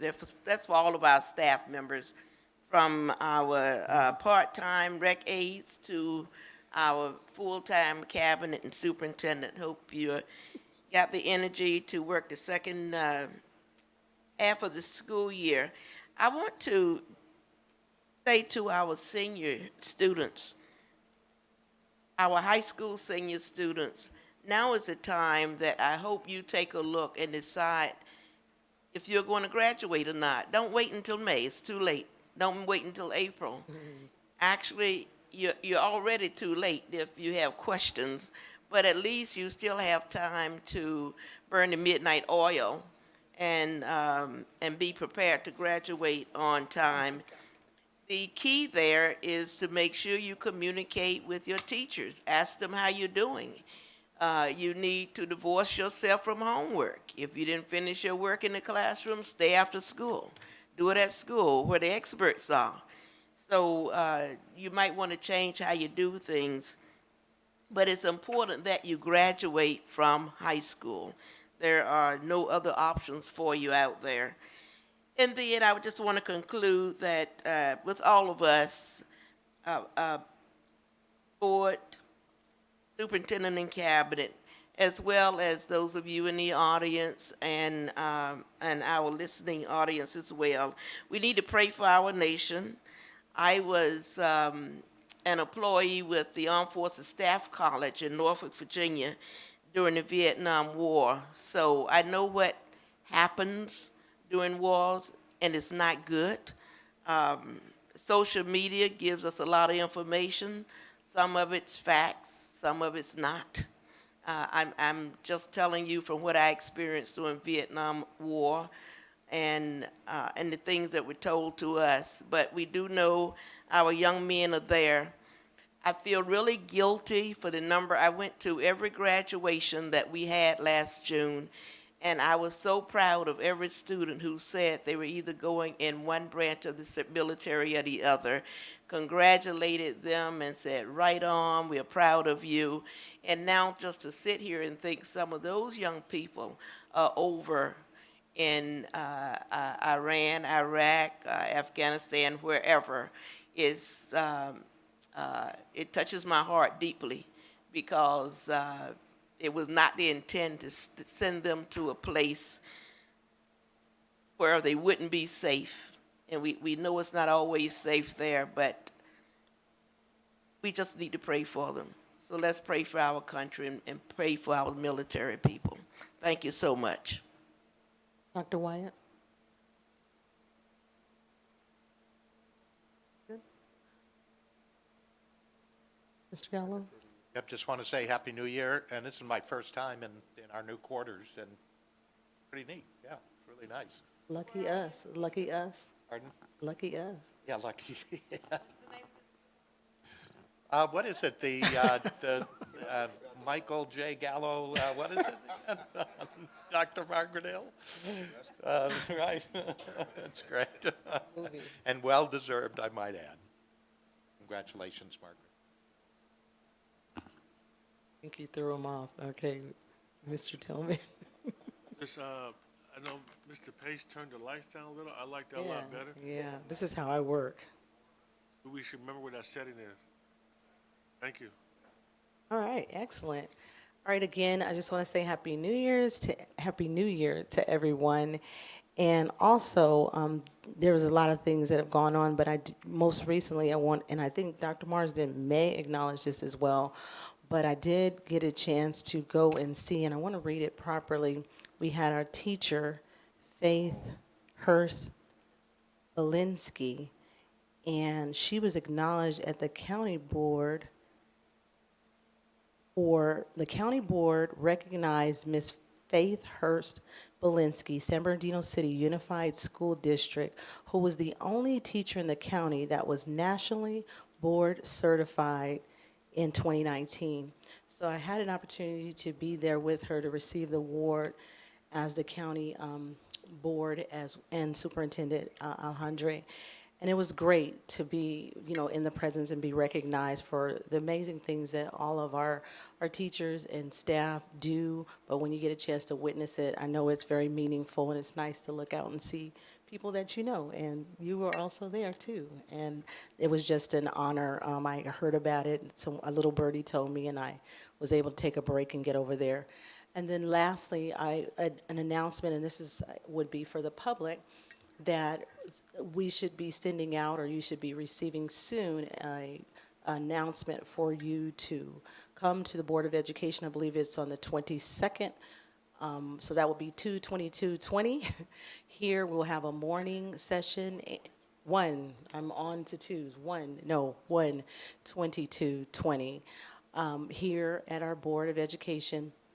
We will have a AM and a PM session to hear from our community on input regarding our next superintendent. So we have talked to many community people, have inquired and asked questions. And again, as Dr. Wyatt said earlier, we know that Dr. Marsden is going to be leaving us soon, and we have appreciated every single thing that he has done for us.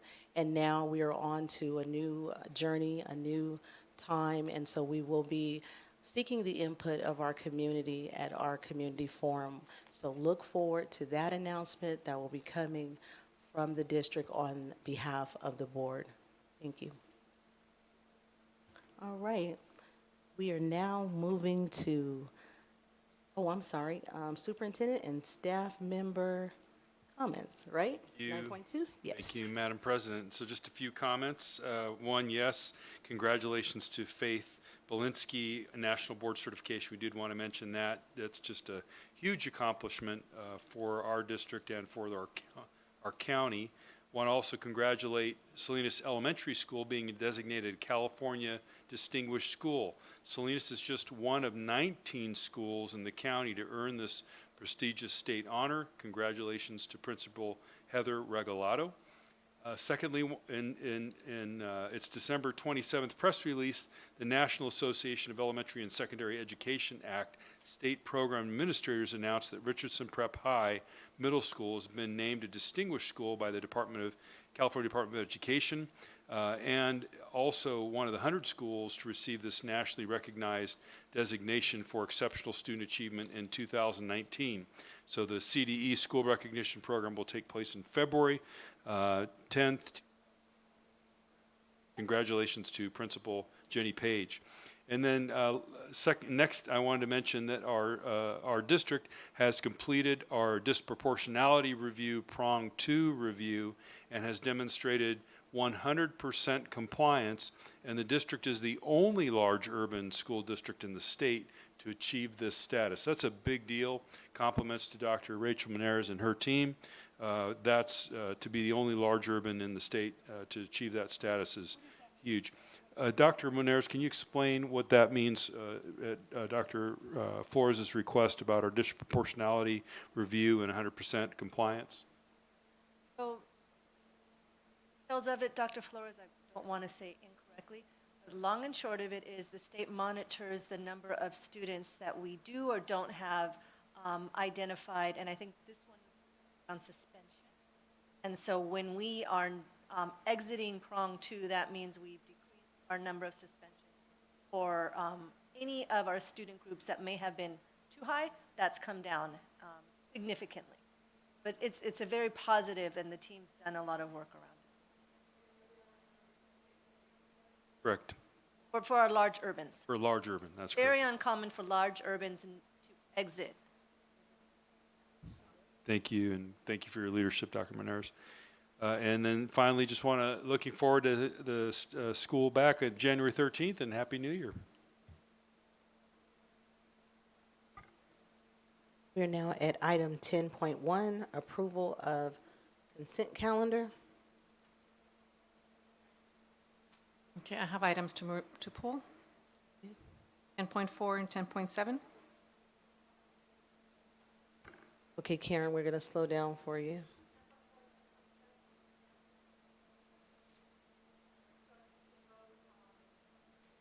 Are those the only ones that we're pulling? Is that, are we, yes. Was the only ones pulled? So is it going to show up here, Karen? I don't see.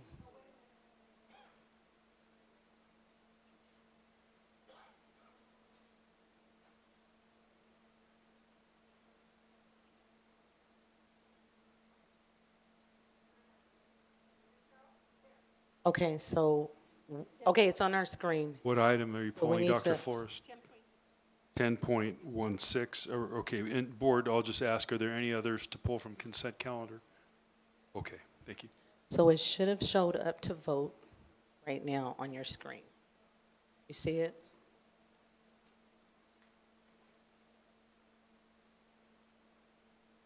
And it'll say, yes, you voted if it worked in the left corner of your But screen. I noticed that it doesn't show our individual votes on the top. Now, they pulled it, it should show up, or Karen, are you able to put it back up there? Okay. I did. She's gonna try to pull it so we can see.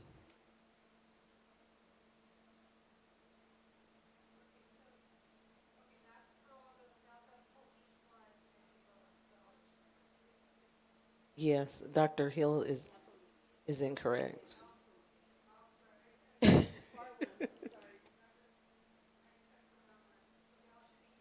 Yes.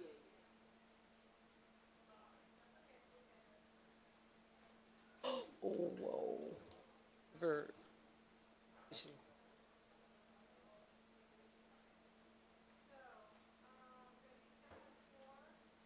You should have 10.4, 10.7, and 10.16.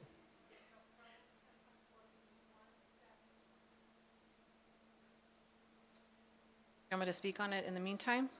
Okay. So then I pull this item, honestly, with the LEAD program that they have at Cal State San Bernardino, it's a week long. And I'm proposing that we increase it to 5,000. It's a 5-day program. And it's an all-day program. And not only that, they also offer ethnic studies, which is incorporated within it, which is also helpful for our educators. So I want to have support in increasing this to 5,000. I second it.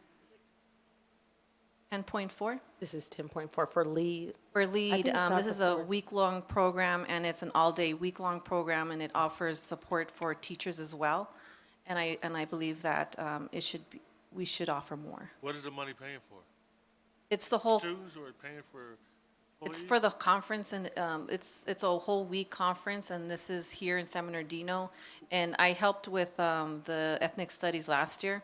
Who attends the conference though? We have educators, we have Community members, students as well. students, and it's to help pay for it so that they can go free. Yeah. So moved.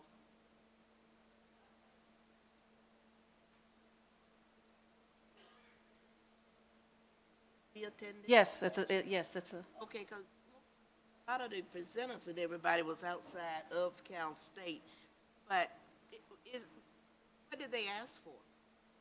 So they had asked, we had received an email for them to, so there's different areas of sponsorship, and they requested 5,000, but we provided 1,000.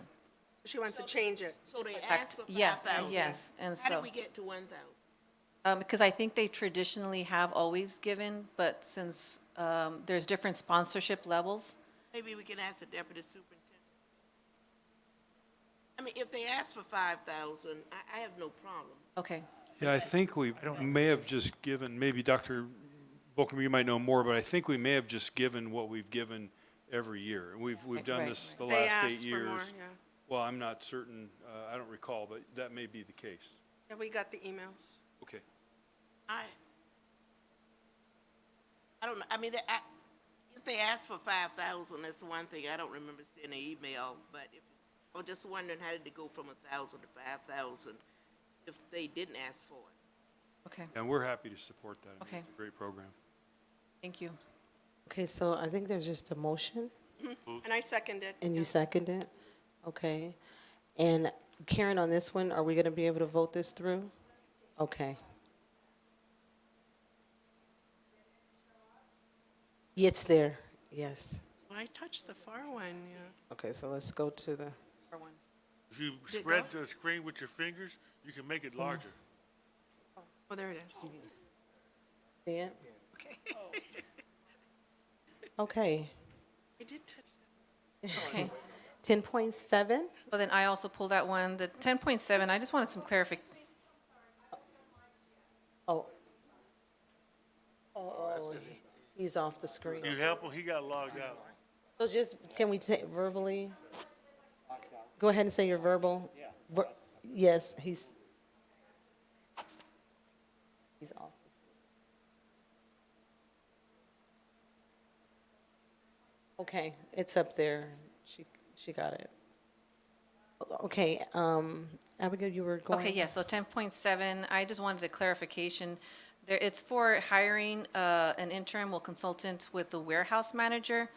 So it says consultant shall provide coaching services coordination assistance to the interim warehouse manager. So if you can specify what this means and what it's for? Yes, Ms. Medina. So our manager and assistant manager of the warehouse have both, one retired, one resigned. Ms. Love is the only manager over purchasing and warehouse. So she has someone as an interim, but Mr. Carlos has had extensive experience in the district, great leaders. He's going to provide coaching to help him be successful and provide some consulting with Debbie. Okay, so then this is all internal. This is not where do instruction or anything else, maybe for This is a career business. pathways. Okay. Yeah, this- All right, good. Okay, so moved. Second. All right, so we're gonna, Vote now. okay, it's been moved and properly second, but we're going to, here, it popped up, there it is. I think Mike is probably going to have to verbally give you. And if these, I don't know, are these computers? These are computers? These, not just dumb terminals? Maybe we can increase the RAM because it's really, really slow. All right, 10.16, who pulled that one? I did. Okay. It's just a picky uni edit. Be it resolved that the Board of Education ratify/approves because it says effective January 1st and we're in January 7th. Okay, so this should be a ratification is what you're? Ratify and approves. yeah. Okay, Ratify/approves. hey, did we get that? You will, okay. So moved. Right, It's been second. moved, okay, it's been moved and properly second. Let's vote, and Karen, I'll wait for you.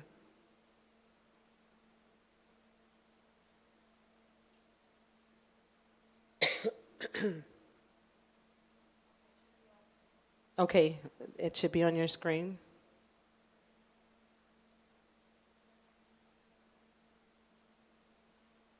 It is not.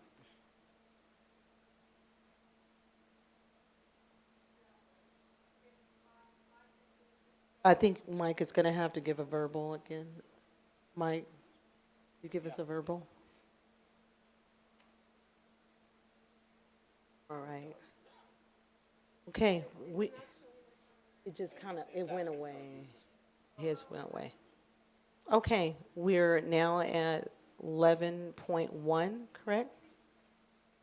All right, personnel report. As presented. So moved. All right, it's been moved and properly second.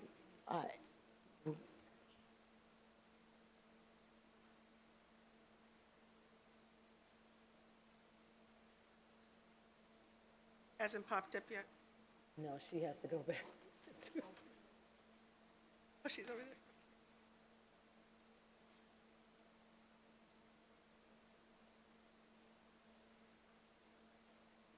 I will not even touch anything.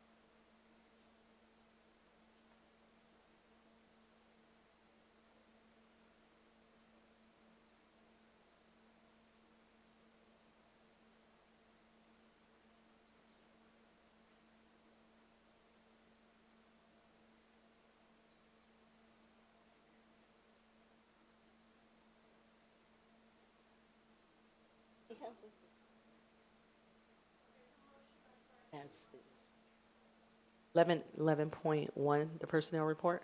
It was Dr. Flores, and I second it.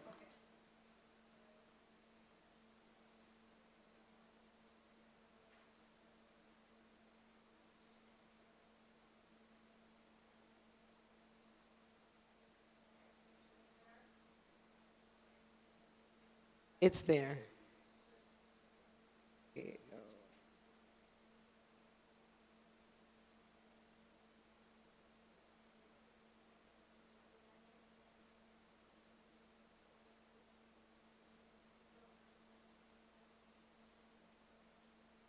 Gives you a minute.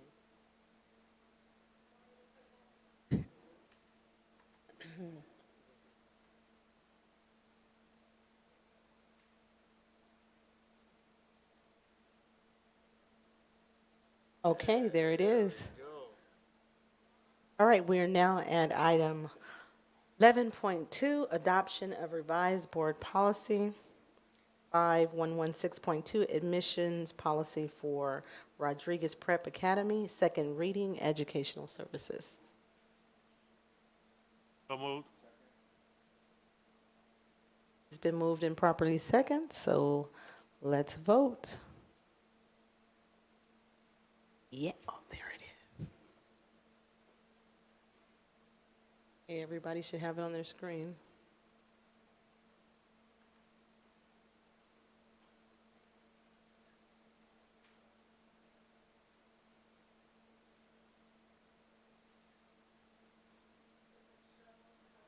All right, there it is up there. Motion passed. Okay, 11.3, board ongoing initiatives and reports. Been moved in second. Let's vote.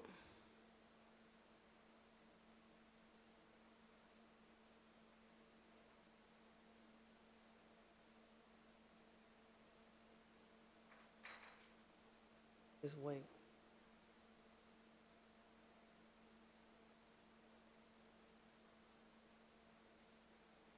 Not going.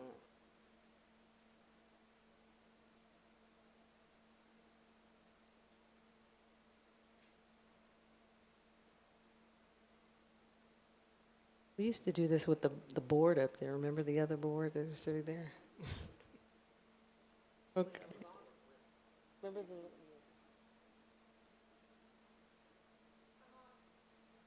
It's, yes.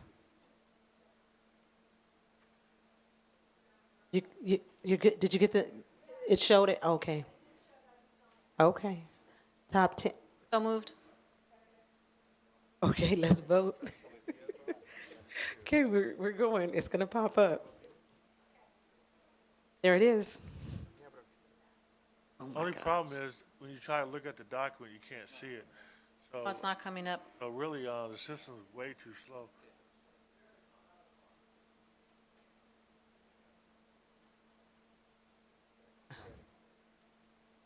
Okay, we're at, Unless it's just Board set up follow-up? for purpose, is when it's just to shut up and vote. well, so when you clicked on the blue, it won't let you open? The blue won't open, okay. It'll open, It just takes a while. Okay, 11.5, board follow-up. So, second. Oh, okay. Danny, we got, he was testing you to see. Okay, 11.5, board follow-up. Let's vote.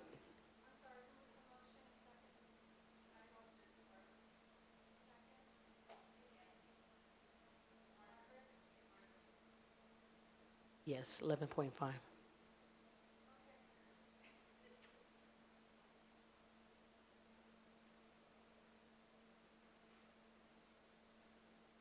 Everybody should vote. Everybody, it should be on your screen. I just noticed that you can also change it if on the right-hand side, on the If it's top, there's a correct, red red. box. So in case you press the wrong one. We'll confuse you even more, Karen. But we got it. All right, 11.6, future agenda So items. moved.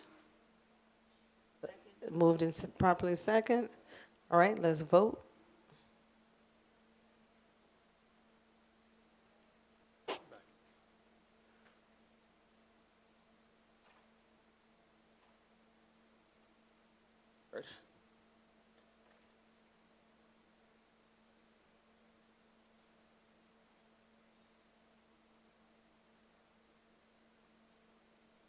Every,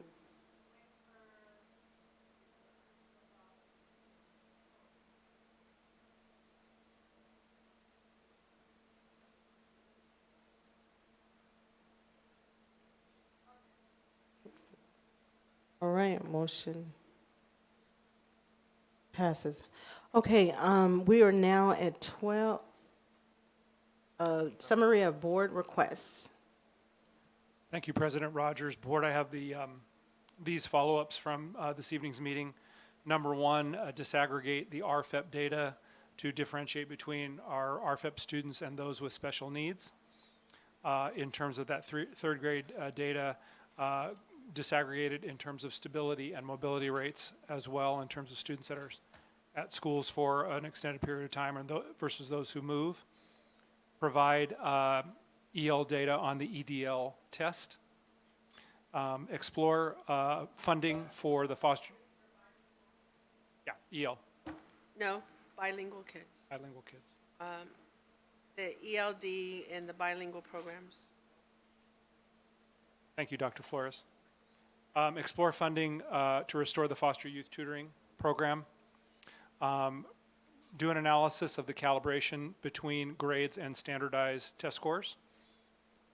Next, I have include Fontana as one of our comparable districts as we have in the past and provide that data in terms of their comparable test scores. Re-examine our career pathways in relation to environmental issues. And then provide or examine the impacts of the sewage treatment plant that will be located across the street from Indian Springs High School. And those are the follow-ups that I have from this evening's meeting. All right. Okay, we are going to be adjourning. We won't be reporting out, but we will be going back in for a final closed session. All right? So, Second. thank you. It's been moved and properly second. Are you going to put it on there, Karen? Okay, we can. We'd probably be faster.